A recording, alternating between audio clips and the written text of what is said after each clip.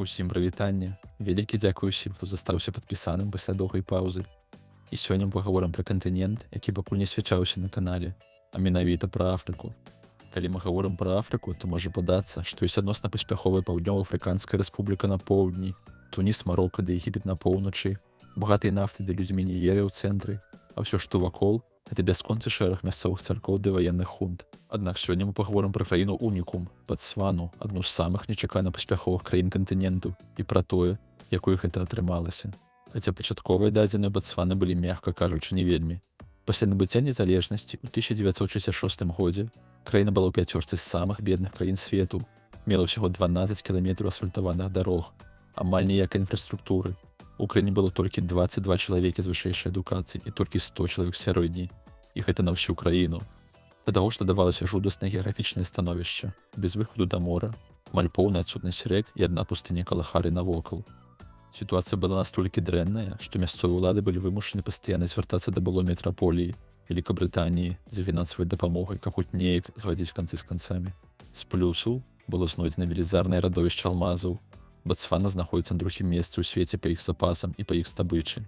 Аднак прыклад шматлікіх краін Афрыкі паказваў, што гэта не заўсёды шчасце, а вельмі часта пракляцце, калі розныя ваенныя і палітычныя групоўкі пачынаюць дзяліць гэтыя рэсурсы, у выніку чаго краіна скатваецца ў бясконцую чаргу рэвалюцый і ваенных пераваротаў. Аднак тут Батсване пашанцавала яшчэ раз, да ўлады прыйшоў Серед Сек Хама, адукаваны палітык, які вучыўся паўднёва-афрыканскай рэспублікі Вялікабрытаніі, які не стаў прыдумляць нічога неверагоднага, проста пачаў перазмяркоўваць грошы, атрыманыя ад экспорту алмазаў, на інфраструктуру, вакцынацыю, адукацыю ды іншыя справы, якімі і павінна займацца дзяржава здаровага чалавека. Да таго ж дапамагала каланіяльнае мінулае. У краіне дзейнічала старая брытанская канстытуцыя, якая забяспечвала законнасць. Яшчэ адзін важны пункт. Пакуль у суседніх Радэзіі ды паўднёва-афрыканскай рэспублікі правілі расійскія рэжымы, Хама выступаў супраць усялякай расавай варожасці. Наадварот, пакуль мясцовыя чыноўнікі і спецыялісты былі мала адукаваныя, менавіта еўрапейцы выступалі як праваднікі ведаў. А сам прэзідэнт быў жанаты на белай жанчыне, што для тых часоў і мясцін было, мякка кажучы, вельмі незвычайна і прагрэсіўна. Хама не вынаходжваў нічога новага, ён не пачаў загульваць з рознымі сацыялістычнымі ды іншымі ідэалогіямі, якія ў той час захоплівалі розумы шмат якіх кіраўнікоў іншых краін, а проста будаваў краіну, дзе паважаюць закон, права ўласнасці, дзе нізкая карупцыя і ў цэлым правіць капіталізм. І гэта спрацавала. Батсвана дэманстравала выдатны эканамічны рост на ўзроўні азіяцкіх тыграў. Расла сярэдняя працягласць жыцця, будаваліся дарогі, бальніцы, універсітэты.